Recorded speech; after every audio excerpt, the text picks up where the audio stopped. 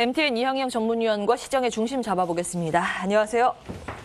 예, 미증시가 혼조 마감이 됐거든요. 여러 가지 이슈가 있어서 이거부터 정리해 주시죠. 네, 맞습니다. 장중 내내 사상 최고가 행진은 오전 출발 개적했었거든요. 그렇지만 막판에 S&P 500과 나스닥은 좀 흘러내리면서 좀 마이너스로 갔고요. 다우지수는 역시 오늘도 종가 기준으로도 사상 최고가를 기록했습니다. 큰 틀에서 보면 이제 금리가 조금씩 물가가 좀 조금씩 그러니까 인플레이션 나오면서 금리가 좀 올라가는 모습 이런 것들이 전체적으로 좀 기술주의 상승을 제한하면서 하락 압력으로 작용했고요. 헬스케어 섹터가 여전히 거의 일주일째 상대적으로 약합니다. 이건 버니 샌더스가 예결위원장 된 이후에 그런 일반적인 현상이라고 이해하시면 되겠습니다. 금리부터 자세히 보겠는데요. 금리가 10년물 금리가 1.25%까지 넘어서면서 1.18%까지 갔는데요. 작년 3월 이후 최고가 갔습니다. 이렇게 금리가 올라가면 당연히 금융주가 좀 상승해 있습니다. 그래서 JP모건 같은 것들, 벅시에스웨이가 사상 최고가를 기록하는 모습이 됐습니다.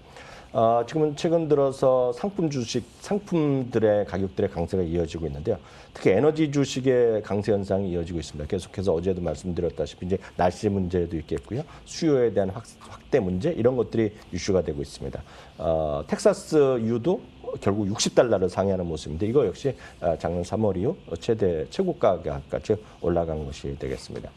또 하나는 시장에서 오늘 약간 쉬었지만 지난 주말에 공포지수 즉 변동성 지수 22하까지 내려갔습니다. 오늘 다시 22하 이상으로 조금 올라갔지만 이 20이라는 것은 상당히 어떤 알고리즘 트레이딩 하는 사람들 그리고 대형 투자가들 사이에서는 좀 안전할 수 있다는 영역이거든요. 그렇기 때문에 새로운 신규 매수가 들어올 수 있다라고 펀드스들의 탐리도 지적하고 있는데요. 역사적으로 이 부분은 맞는 얘기라고 보셔야 되겠습니다. 이런 것들은 결국 위험 자산이라는 주식시장에 대한 매수를 더 불러일으킬 수 있겠고요. 시장을 지배하고 있는 체계적인 위험, 즉 팬데믹의 위험에서 벗어날 수 있다라는 그런 것이 긍정적이다라고 이해하시면 되겠고요. 결국 이런 현상이 지연하면 결국 에너지 가격과 상품 가격의 상승과 마찬가지지만 결국 경기 회복에 대한 기대주, 순환주, 경기 민감주에 대한 상승에 그리고 그런 것에 대한 비중 확대 의견이 많이 나올 가능성이 커져 있는 시점이다라고 이해하시면 되겠습니다. 예, 그러니까 인플레이션 압력이라는 게 두 가지가 같이 공존합니다. 경기 회복에 대한 기대감 긍정적으로 이렇게 해서 해볼 수 있겠고요. 반면에는 이제 그 기대감만으로 올랐었던 위험 자산들의 버블에 대해서는 언급이 될 수 있다. 이게 공존하면서 왔다 갔다 앞으로도 그럴 겁니다. 계속 좀 체크해 볼 필요가 있겠고요. 이제 비트코인이 또 사상 최초로 $50,000까지 돌파를 했잖아요. 이거 네, 어떻게 보셨어요? 그래서 얘기가 났던 거지만 결국 테슬라에서도 이걸 투자를 시작했다는 거 지난주에 보셨겠고요. 미국에서 제일 오래된 은행 중에 하나인 BNY 멜론도 이걸 이제 취급한다 얘기하고 있고요. 확인은 안 했지만 모건 스탠리도 지금 투자할 수 있다. 그런 얘기가 잇따라 보도가 나오고 있습니다. 마스터카드도 비트코인을 결제를 받을 수 있다는 얘기하고 있고요. 우버 같은 경우에도 투자는 안 하기로 했지만 우버도 지금 비트코인을 결제를 받는다 얘기하고 있고요. 애플페이도 지금 비트코인을 통한 결제를 가능할 수 있다 얘기를 하고 있거든요. 그만큼 많은 쪽에서 비트코인을 취급하고 있다는 것 자체에 대한 그런 것들이 주시장에 좀 반영되고 있다. 그럼 비트코인 시장에서 그렇게 이해하셔야 되겠고요. 그러다 보니 그런 관련주들하고 얘기하는 거 있습니다. 그것은 직접 투자한 것도 있겠고 비트코인을 자기네 앱에서 거래시키는 것들이 있습니다. 대표적인 것이 페이팔과 스퀘어인데요. 이런 것들이 연일 사상 최고가를 갖고 있고요.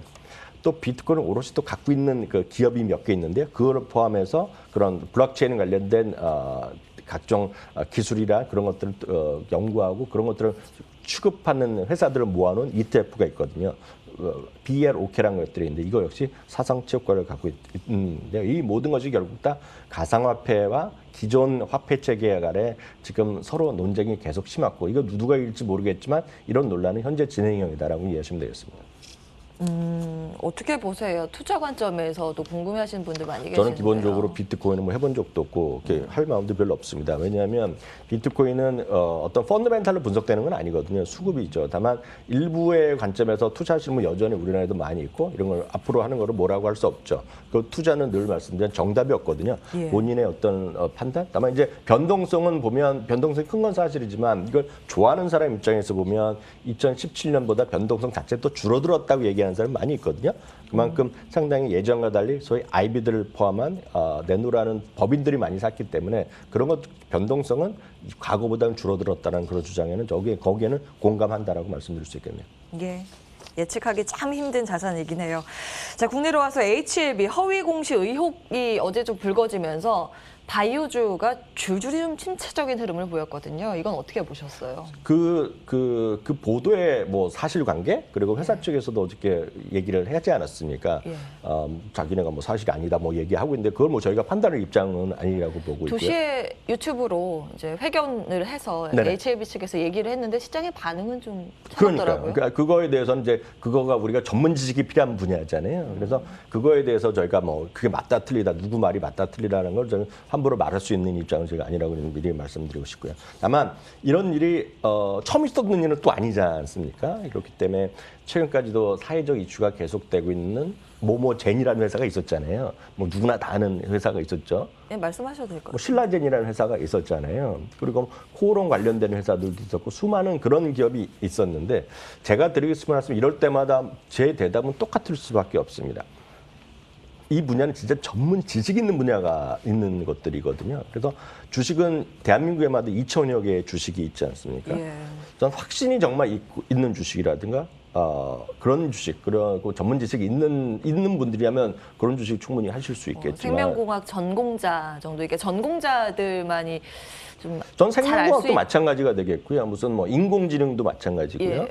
뭐 전기차 관련해서 자율주행 이런 것들도 보면 진짜 전문가 아니면 알아듣지 못하는 말이거든요. 그래서 라이다 이런 것들도 요즘 많이 핫하지 않습니까? 예. 라이다의 기술을 갖고 얘기하면 모르겠습니다. 저도 꽤 업계에 있었지만 더 못 알아듣습니다. 그러니까 전문 지식이나 그런 것들이 없는 사람들이 정말 개별 주식을 하는 거에 대한 위험을 다시 한번 전 보여줬다라고 보고 있거든요.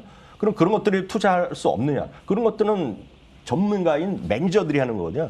기관 투자나 이런 사람들. 그리고 뭐 자산운용사겠죠. 그래서 그런 사람들이 또 펀드나 ETF를 만들고 지금 거래를 시키고 있고, 대한민국도 지금 ETF 시장이 상당히 좀 활발해지고 있습니다. 계속 커갈 수 있기 때문에 전 그럴 때마다 똑같은 두 개의 ETF를 말씀드렸는데 코덱스 바이오가 있고요. 타이거 헬스케어가 있습니다. 주가는 어저께 뭐 이런 것들이 떨어졌지만 장기적으로 보면 저는 이런 쪽이 대한민국의 먹거리를 분명히 가질 수 있다고. 장기적으로 이런 쪽에 진짜 관심이 있으시다면 저는 이런 쪽으로 하는 것이 전 뭐 5만 % 그게 더 안전하고 그런 게 더 확실하다는 저는 생각하고 있습니다. 예.